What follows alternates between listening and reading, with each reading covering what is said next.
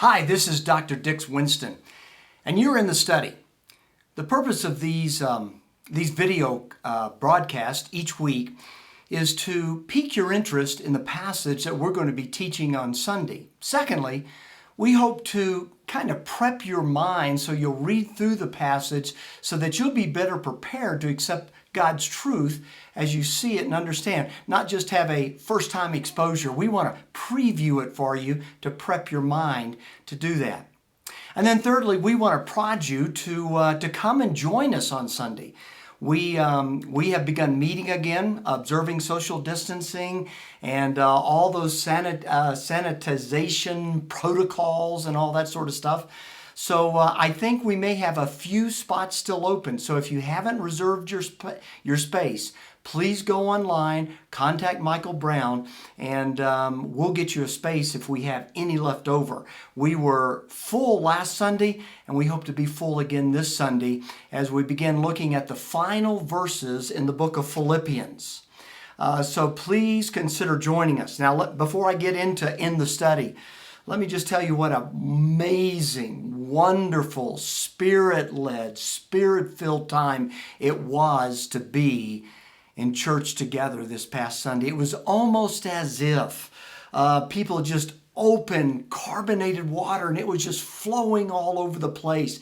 There was such a joy, such a spirituality, such a happiness that we all experienced in just seeing each other. Now, we couldn't hug as we're normally want to do, and we always do. We couldn't be hugging people.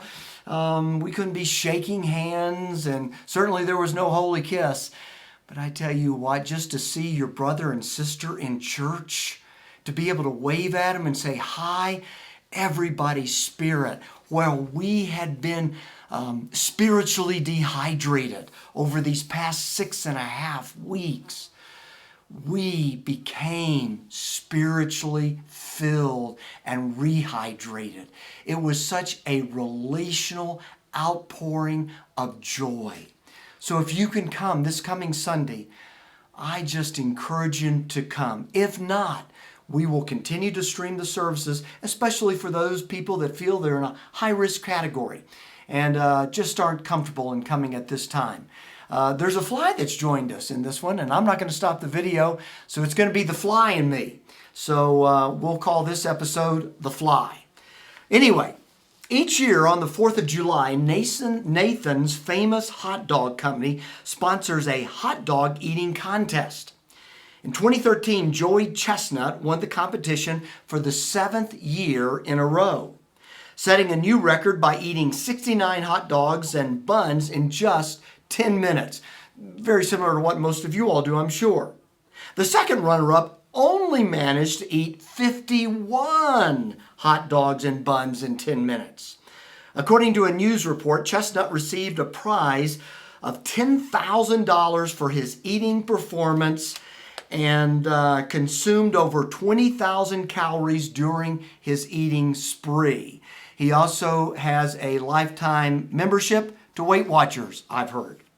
Now, few of us are in danger of eating 70 hot dogs in one day, let alone in 10 minutes, at least 10 minutes straight. And yet we live in a world where enough is never enough. You watch Joey Chestnut or some of the other competitors as they continually consume. They dip it in water. They dip it like an Oreo cookie in water, and they're eating it. They're consuming it. They're trying to get it in as fast as they possibly can. Although we'll never do that, we certainly live in a society, in a world where enough is never enough. It seems like that while they're not hot dogs, they may be cars, they may be wives, they may be husbands, they may be golf club memberships, they may be home additions. We're always trying to consume more and more and more. I think one time they asked J. Paul Vanderbilt, when would enough money be enough for him? And he says, I'll let you know when I get there. And so it seems like there's something innate within us that breeds discontent. Let me say that again. There's something within us, in our DNA, that breeds discontent. And I would say to the degree that you were discontent, then you live in a state of dissatisfaction.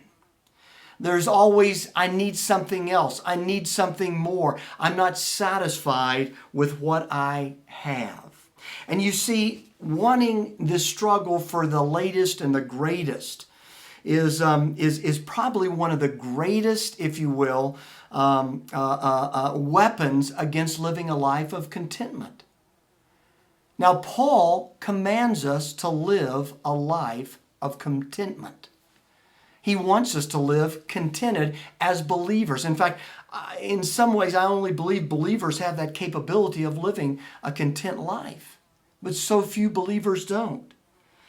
In fact, it's easy for a lot of believers to have this attitude toward God, a what have you done for me lately view of God and in their relationship. And Paul did not. Paul never lived his life with this idea of, what have you done for me lately, God? Rather, he lived his life as, God, I'm so glad for what you have done for me yesterday. And I know because of that, you're going to provide for me today. Jesus spoke of that in the Sermon on the Mount in the 6th chapter. Now, can you imagine how better the world would be if it was full of contented people? Or how better a church would be if it was full of contented people? Or how better a family would be if it was full of contented people? Or let me ask you this question. How better would you be if your heart was full of contentment?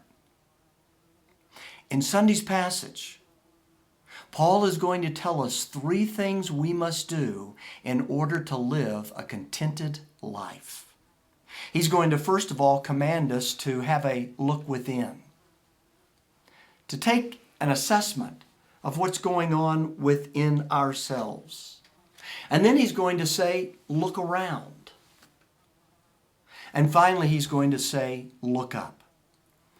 I believe that this is going to be one of the more important messages that I do. And I have found as I've been studying for this message, I must, as your pastor, confess, there's so many areas that I'm still not content in.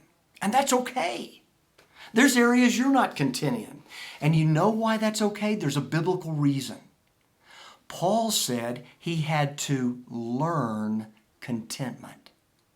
In fact, he said he discovered the secret of contentment. And I'll show you. I'll reveal the secret. This Sunday at Crosspoint Community Church, we meet at 10 a.m. Now, as I said on the last video, I want to reemphasize it'll be a little different because we've taken rows out and we're observing social distancing. You'll not be sitting where you normally sit. We sanitize the bathrooms after each use. We are not requiring masks, but certainly if you want to wear a mask, you feel free to do so, and we'll have masks here if you need one. We're going to have to be seating people early. We need everybody seated by 10 o'clock because we're also streaming for those people that can't come. So out of love for your brothers that can't come, please show up and be seated by 10 o'clock. That just helps Peter. One of the things we're trying to do is, as the Lord supplies the finances for it, we're trying to add some new video equipment. I think it's a couple $1,000 in order that we can have a different camera, so we don't have to worry about that as much. We want to, if we do that, then we can actually have the praise team showing as during the service, as well as a slide showing during the service. So we're working on that, and we'll have that as soon as the Lord provides.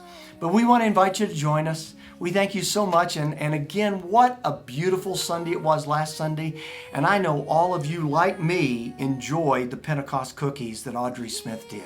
And we're so grateful to you, Audrey, for doing that. Bless you, my sister. You're so very thoughtful and so very much of a fellow worker at Crosspoint Community Church. So I'm Dr. Dix Winston and the Fly, at least for this time. because there will be no fly next time, because that fly will be discontent. He'll also be dead. Bless you all. I love you. Bye-bye.